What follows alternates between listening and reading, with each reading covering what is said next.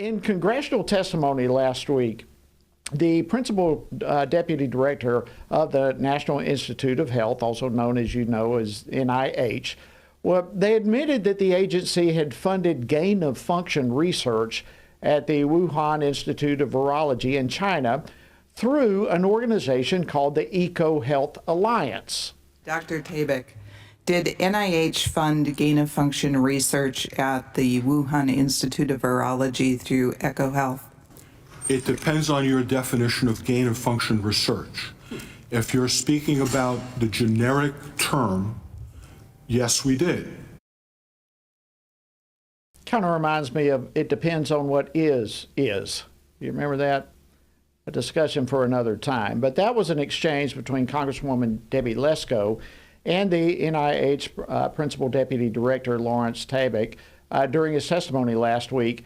Well, now EcoHealth has already had its federal funding suspended for its failure to provide adequate oversight of research that was subcontracted to the Wuhan lab.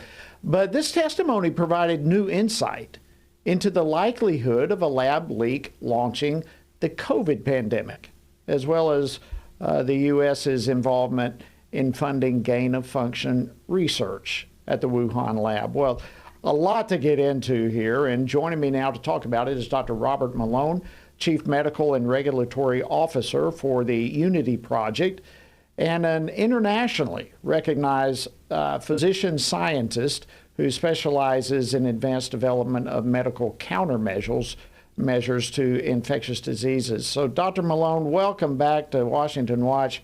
Well, we need you right now to unpack all of this for us. Yeah, it was quite a stunning testimony, and topping off additional testimony by Daszak, in which he made a series of clear, the most gentle way I could put it is misstatements, but it's now increasingly being recognized that he lied to Congress in sworn testimony. Let's start with this, and then I want to get right back to where you are. Gain of function. We have, no doubt. So we've got some viewers and listeners right now. We've heard this terminology. What are we talking about when we talk about gain of function?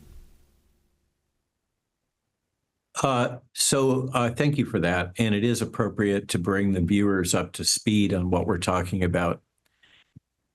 Basically, particularly in virology, but also in other disciplines having to do with modern molecular technology, it's become the norm to manipulate an organism, whether it's a bacterial virus, a bacterium, or a human virus, or a mouse virus, or a bat virus, to manipulate that agent, that biologic agent, in order to change its fundamental biology, its properties, to do so using molecular techniques or things that are akin to breeding techniques that we use with animals. In particular, to confer new properties to that agent, that virus or that bacteria.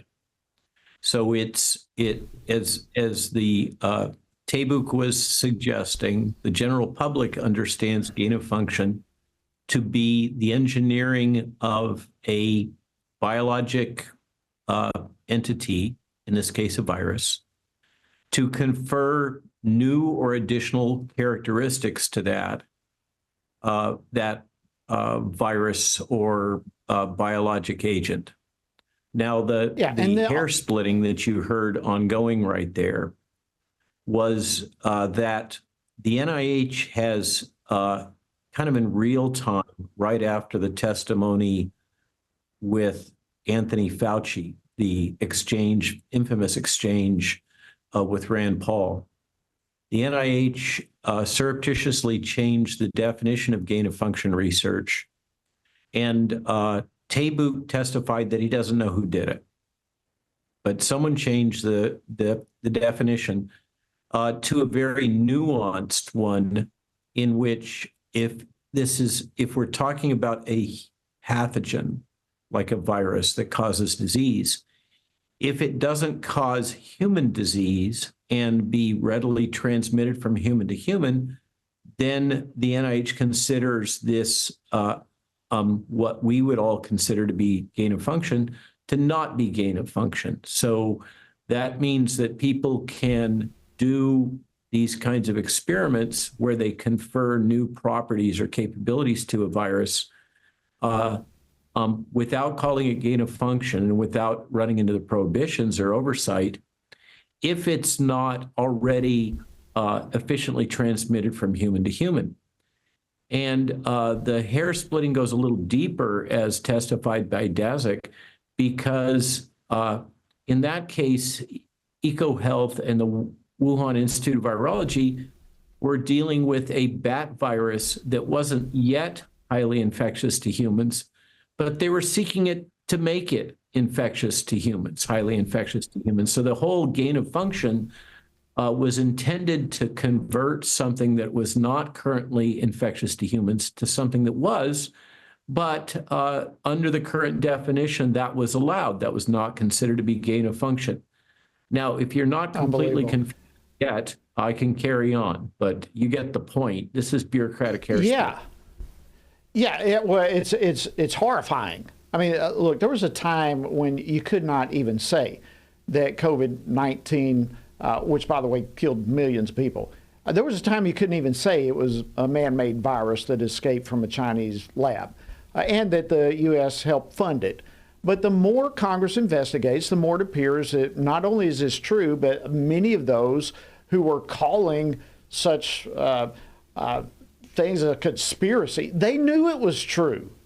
Yes. And Dr. Fauci, in fact, said, he lied. Dr. Fauci unequivocally said that the U.S. has never been a part of gain of function, never has, never will, blah, blah, blah, blah, blah. So fill us in on this. Where are we with what's taking place with the investigation and what we're now finding out?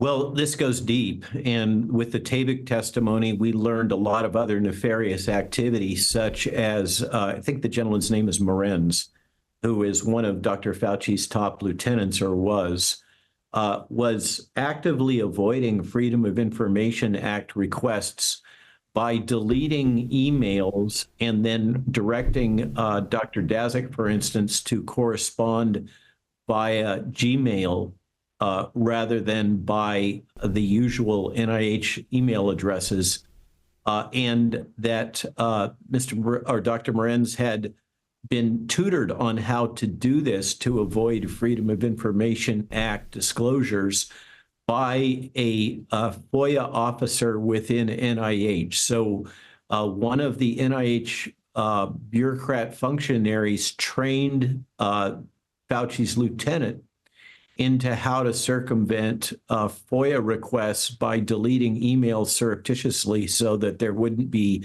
traceability within the federal email system. This is clearly fraud. We have fraud and subterfuge, clear illegal activity going on in order to avoid accountability and presumably to avoid Dr. Fauci's having accountability.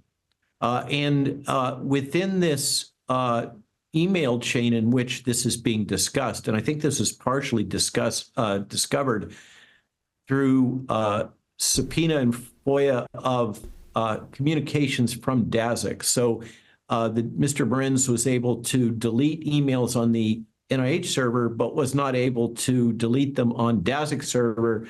And then the committee got the emails from Daszak's server that were no longer available on the official government server. And that's how this subterfuge apparently got uncovered. But also implicated in the email chains were a number of people like Christian Anderson at Scripps Institute in La Jolla, and other individuals that participated in various, what we now know were misleading communications, for instance, in The Lancet, that vehemently denied that there was any chance that this virus originated at the Wuhan Institute of Virology. And these people were stakeholders and defenders of the approved narrative. So what and had been involved in the research endeavor and are now clearly implicated. Well, let me jump in here and something deeper. We've got something deeper, and that's where I want to go to the, I guess, leap to the next area. So, I mean, what you're talking about is horrifying. We have definitions changing in the middle of an investigation. We have emails disappearing. We learned that U.S. tax dollars did fund EcoHealth, which was working on gain-of-function research in Wuhan. And now, you have been, among others, rightfully so, critical of the World Health Organization's pandemic treaty that will be discussed next week at the assembly where they meet.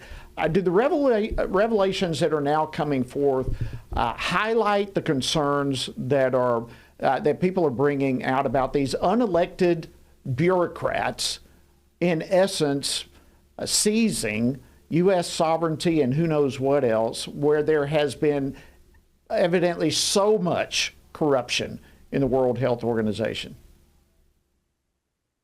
Well, the WHO has been known to be a corrupt organization, and functionally, even since its inception, to have very deep connections with the U.S., NATO, and Five Eyes intelligence community.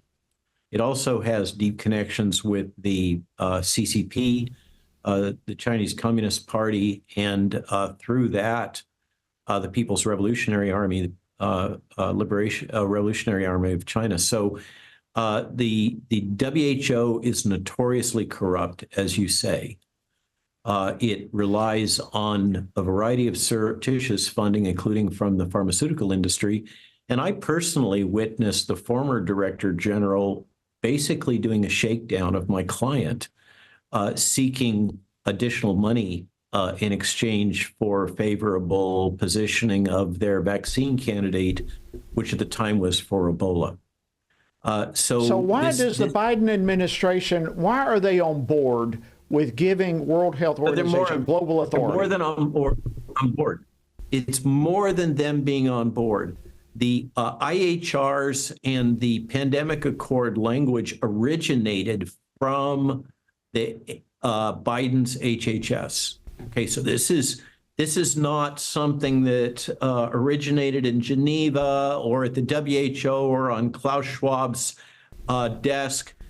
This came up from the U.S. HHS bureaucracy, and they seem to be all in. This is part of a much broader agenda that involves Department of Agriculture and many others, which is this One Health agenda. And in some of the articles you forwarded, they touched on some aspects of this broader agenda that's being pursued here, but they overlooked that there is a widespread call among many, many academic journals, as I recall, thousands, that are calling got about 30 seconds. They're calling for climate change being defined as a pandemic health threat that would fall under this new guidance. So what's going on with Biden? Who knows? In just a few seconds, finish your thought. What's going on with Biden? The Biden administration seems to be deeply committed to this new one world order globalist agenda. And this seems to be a power play moving through a surrogate, World Health Organization, in order to advance that and to advance Agenda 2030, which is the United Nations, what we now consider a treaty that was put in place by Mr. Obama. Robert Malone, got to leave it there. But thank you so much. Push for a one world government coming straight from our government. Thank you so much for joining us and for your incredible information.